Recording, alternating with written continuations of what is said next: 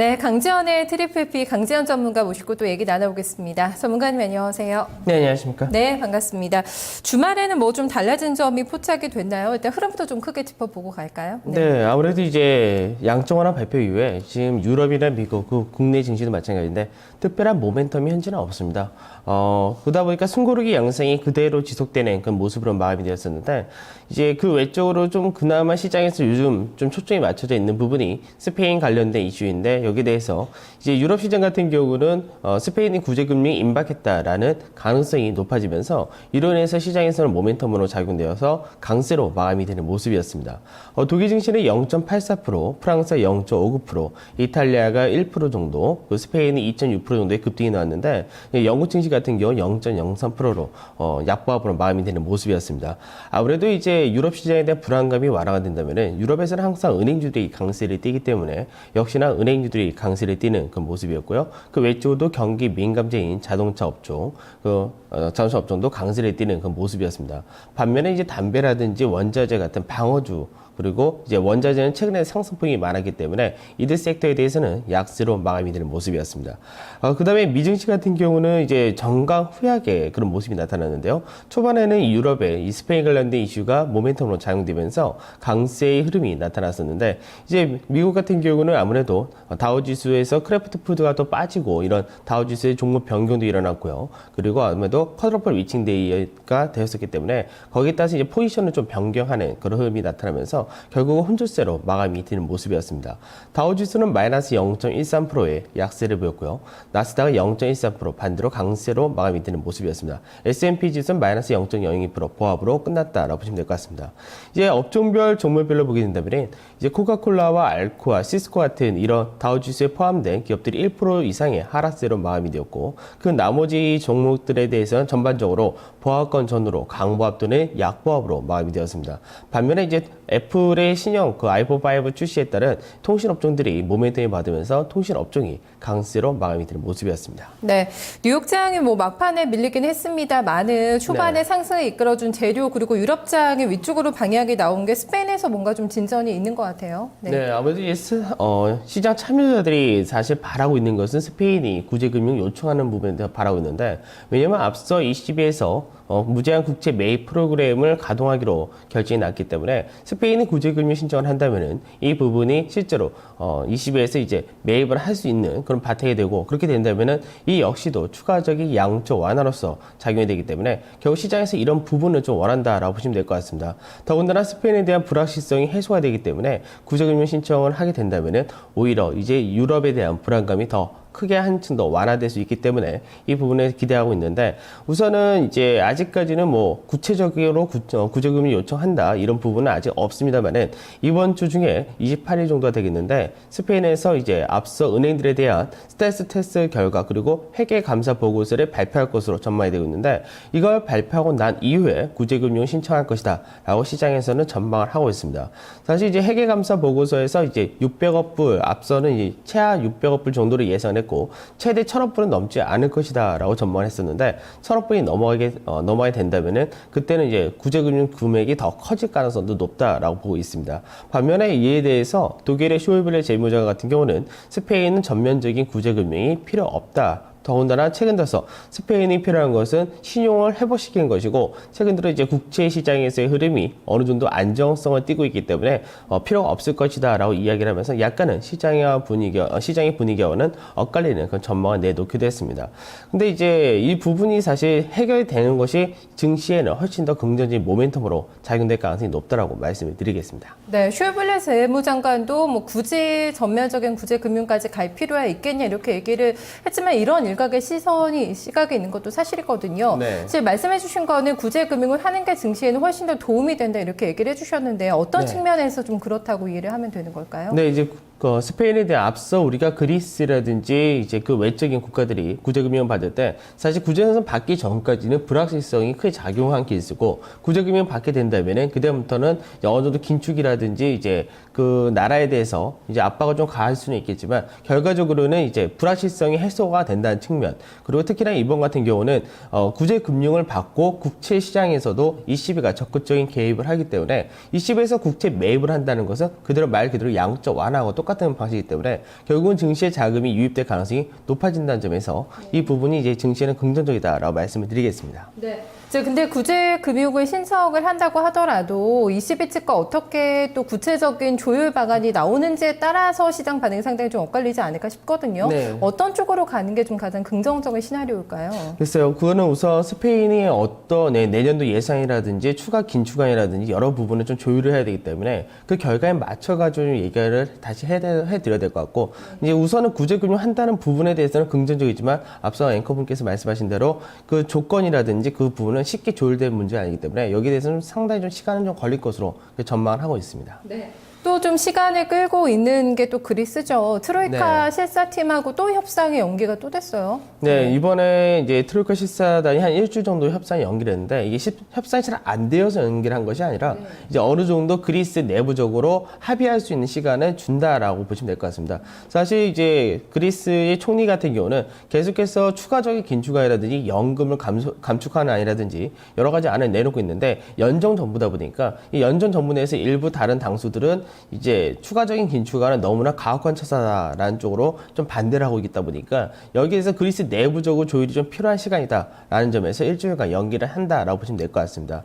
그리고 이 외적으로도 이제 주말 동안 있었던 일이 독일과 프랑스의 어느 정도 정상들의 이제 발언이 있었는데 이제 현재 유로존을 이제 해결한 방안 중에 하나로서 은행 동맹에 관련되어서 이제 어느 정도 계속해서 이견 차이를 나타냈는데 사실 이 부분을 의견을 처음에 제시를 했던 것은 사실 독일이었는데도 불구하고 이제 프랑스는 약 6천 개 은행에 대해서 ECB에서 은행 감독권을 가져가는 부분 그리고 이 부분을 빠르게 추진을 해서 빨리 출범하는 것이 좋다라고 발언한 반면에 독일의 메르켈 총리 같은 경우는 빠르게 출범한다 해서 이 부분이 유로존에 대한 위기 해결에 대한 해법은 될 수 없다라고 이야기를 하면서 좀 더 검증을 하고 그 6천 개 은행이 아니라 유로존 내에 있는 일부 대형 은행들을 중심으로 하자는 그런 관점을 가지고 있기 때문에 여전히 이견 차이가 좁혀지지 않고 있다라고 보시면 될 것 같습니다.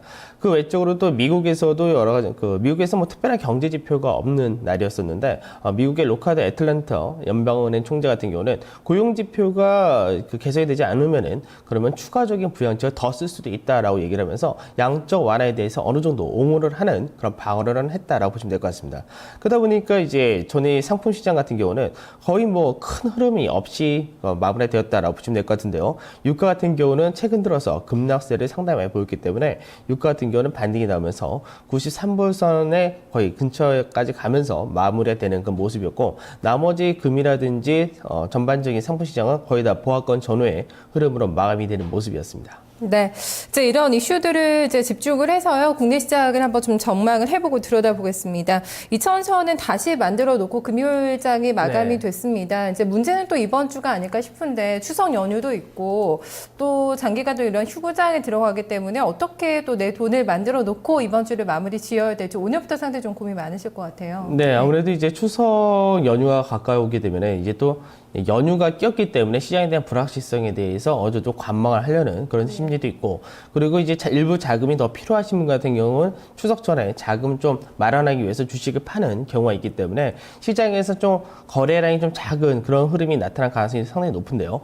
지금 현재 외국인들의 매수 같은 경우는 뭐 꾸준히 이어지고 있는 그런 모습입니다. 9월달 들어와서 지난주까지 외국인들이 들어왔던 자금이 약 3조 원 정도가 들어왔었는데 이 중에서 유럽계 자금이 약 75% 이상을 차지하고 있습니다. 즉 앞서도 우리나라 시장에서 외국계 자금이 대부분이 유럽계 자금이었었는데 이 자금이 지속적으로 들어오고 있다는 점은 아무래도 유럽 시장에 대한 불안감이 좀 완화되었다라는 측면에서 그대로 보시면 될 것 같고 그리고 미국계 자금 역시도 유입이 되는 폭이 조금씩 늘어나고 있기 때문에 이런 부분은 상당히 좀 긍정적이다라고 보시면 될 것 같습니다. 다만 이제 앞서도 말씀드렸듯이 개인 투자자뿐만 아니라 이제 펀드를 환매하는 그런 모습도 있기 때문에 기관 투자자, 투신권에서는 계속해서 매도세를 보이고 있는데 이 흐름은 화요일이나 수요일까지 이어질 가능성이 높다라고 보시면 될 것 같습니다. 제가 볼 때는 이제 화요일 날쯤이면 투신권에서의 펀드 환매는 어느 정도 규모가 좀 일단락이 될 것으로 전망을 하고 있는데 그렇기 때문에 어느 정도 2,000포인트를 중심으로 한 숨고르기 장세는 상승세는 좀 더 이어질 가능성이 높다라고 보시면 될 것 같고요.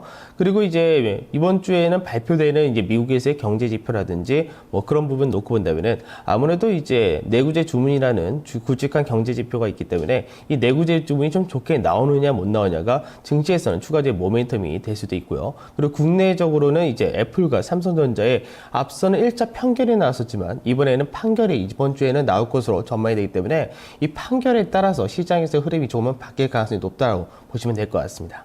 네, 지금 말씀해주신 대로 상당히 또 관심사입니다. 애플과 삼성전자의 이제 어떻게 추정 결과가 나올까? 이 결과에 따라서 좀 크게 삼성전자 주가 좀 많이 등락이 있을까요? 네, 아무래도 좀 등락이 좀 상당히 좀 크게 나올 수가 있습니다. 이제 1차 판결에서는 이제 거의 애플의 압승이다라고 할 정도로 상당히 배심원들이 애플에 대해서 조금 높은 그 판결을 줬고, 그리고 삼성전자에서는 우리가 또는 1조 이상의 이제 그 돈을 좀 지불한 쪽으로 이제 발언이 나왔었는데, 지금 현재 삼성전자는 이 앞서 배심원의 판결에 대해서 굉장히 좀 그 불만을 표시했고, 그러고 나서 재차 재심의를 좀 요구를 한 그런 상태이고, 벌금 자체도 상당히 좀 그 축소해 달라고 요청이 되어 있는 그런 상태입니다.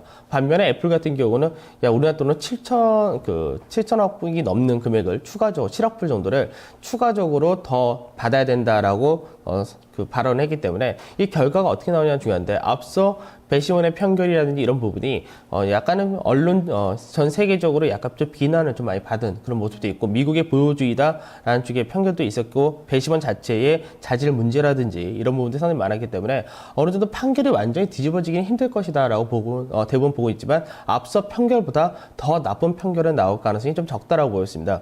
그렇게 된다면은 판결이 좀 약해진다면은 이제 삼성전자에는 앞서 최악의 판결을 받았었기 때문에 이번에는 조금 그 부분이 불확실성을 해소하는 부분, 그리고 앞서 최악의 경우를 받았던 부분을 좀 희소시키기 때문에 그때는 오히려 주가가 호재로서 작용하겠지만, 추가적인 애플의 이런 요구가 수용이 될 경우는 그때는 삼성전자가 추가적인 악재로서 작용되기 때문에 삼성전자에 대한 변동성이 좀 높을 것으로 그렇게 전망을 하고 있습니다. 하지만 이제 지난주 금요일 같은 경우 독일에서도 삼성전자와 애플의 판결이 나왔었는데, 이 부분에서는 삼성 측이 거의 우세를 했기 때문에 이런 부분을 본다면 판결 자체도 조금 달라지지 않을까라는 시장의 기대감도 여전히 있다라고 보시면 될 것 같습니다. 네, 만약에 좀 안 좋은 쪽으로 결과가 나와서 삼성전자가 네. 좀 흔들림이 있다고 하더라도 저희는 그냥 들고 가는 거죠? 네, 그렇습니다. 삼성전자 같은 경우는 사실 이제 판결이 어떻게 보면 불확실해서 해소도 있는데, 이제 아이폰 5에 대해서도 삼성전자가 또다시 제소를 했고, 그리고 시장 자체가 이제 미국의 소비가 개선되는 흐름이 나타난다면 그때는 IT 섹터가 가장 강한 모멘텀을 받기 때문에, 그렇게 되면 IT의 대장주인 삼성전자는 뭐 꾸준한 관심을 가셔야 될 것 같습니다. 네, 이번 주에 차례비 좀 더 벌어봐야겠다 하고 욕심내고 또 달려드시는 분들도 상당히 계실 것 같고, 지금 증시 흐름을 보면 수익 내기는 참 더 깐깐해지는 것 같고요. 이번 주는 어떻게 대응해야 될까요? 아무래도 시장에서 이런 거래량이 좀 감소가 되는 부분이 있고요. 그리고 이제 코스닥 시장이 약간 과열 양상으로 들어왔기 때문에 오히려 추석이 이제 가까웠기 때문에 좀 더 벌어야지 하고 단기적으로 좀 급등주나 이제 단기 상승폭이 많이 나던 종목들을 좀 추격하실 경우 오히려 추석 그 돈을 버신 게 아니라 좀 안 좋은 쪽으로 진행될 수 있기 때문에 조금 좀 매매를 하실 때 주의를 하셔야 되지 않을까, 그렇게 말씀이 드리도록 하겠습니다. 물론 시장에서 지금 대형주들은 이제 거래량이 좀 감소되었기 때문에 대형주들 자체가 큰 시세가 나오기 좀 힘든 그런 구조이기도 하고, 반면에 코스닥 같은 경우는 지난주 금요일 같은 경우를 놓고 본다면은 이제 코스닥의 이제 정치 관련주들이 굉장히 큰 폭의 급락세를 보였기 때문에 이 급락세가 정치 테마주에서만 끝나는 것이냐, 아니면은 오히려 앞서는 인맥 관련주였다면 이제 정책 관련주로 옮겨가고 이런 쪽으로 좀 흐름이 이어진다면은 코스닥도 상당히 좀 충격받을 수 있기 때문에 어느 정도 좀 시장에서 매매를 하신다면은 거래소 대형주 같은 경우는 눌림목 매매는 가능하겠지만 적극적인 매매는 조금 코스닥이라든지 중소형주에 대해서는 좀 주의를 하시는 쪽으로 말씀을 드리겠습니다. 네, 뭐 어느 쪽도 쉽지가 않습니다. 대형주로 들어가자니 수익이 빨리 안 날 것 같고, 네. 코스닥으로 가자니 변동성도 있지만 많이 오른 종목들도 워낙에 많아서요. 따라잡기도 상당히 부담스럽고, 말씀하신 테마주는 또 워낙에 또 매매하기가 어렵다 보니까요. 어떻게 해야 되나요? 수익 어디서 내야 될까요? 네, 아무래도 이제 지금 모멘텀을 가장 강하게 받고 조금 그림을 좀 크게 보여서 10월달 이후 그 연말까지를 본다면은 시장에서 어느 정도 2,000포인트랑 가격대 이상은 넘어갈 가능성이 높을 때,